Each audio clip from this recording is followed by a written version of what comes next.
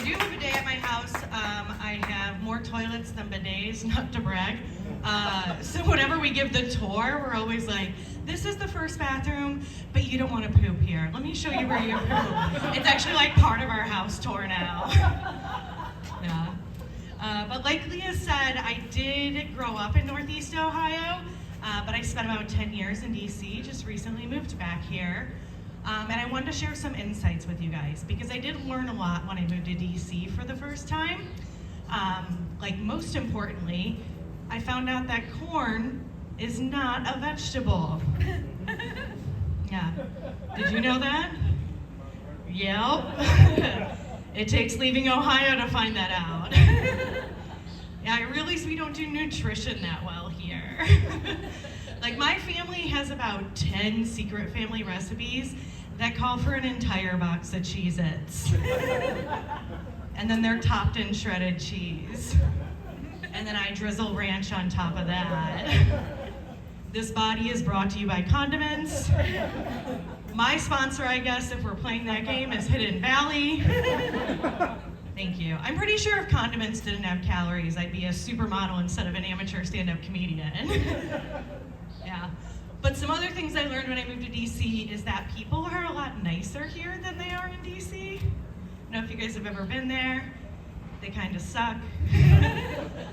So when I first moved there, I actually had to train myself out of saying, "Hi, how's it going?" to every person I passed on the street.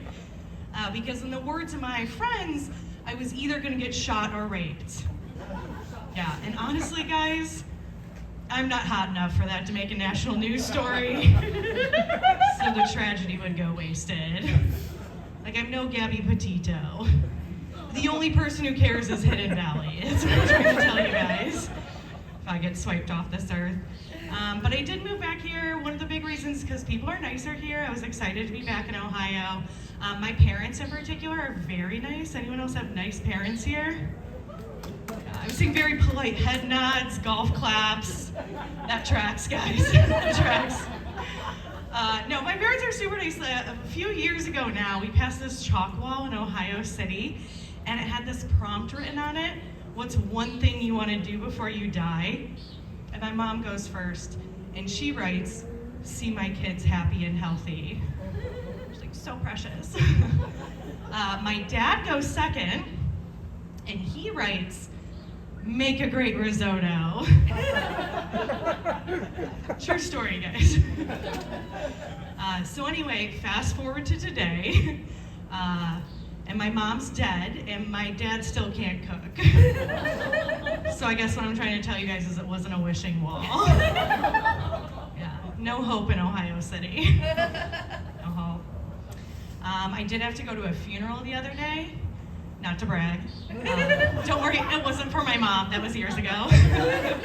But another family member's funeral.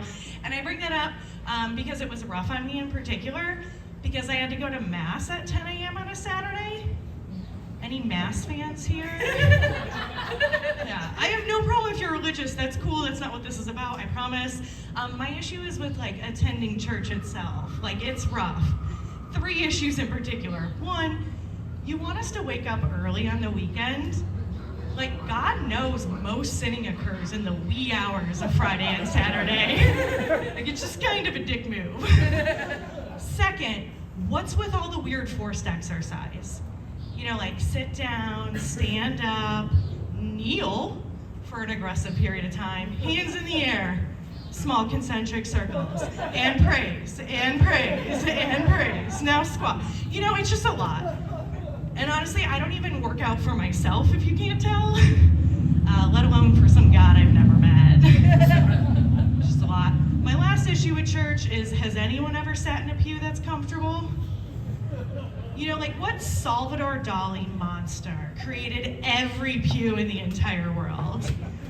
Just trying to solve this. But the more I was thinking about it, the more I realized that going to church and BDSM culture actually have a lot in common, right? Because they both like to inflict some pain on you to remind you who's in charge of your free will at the end of the day. Yeah.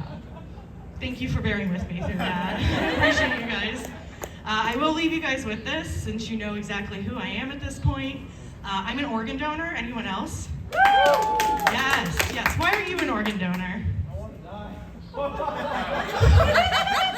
That's new. He wants to die.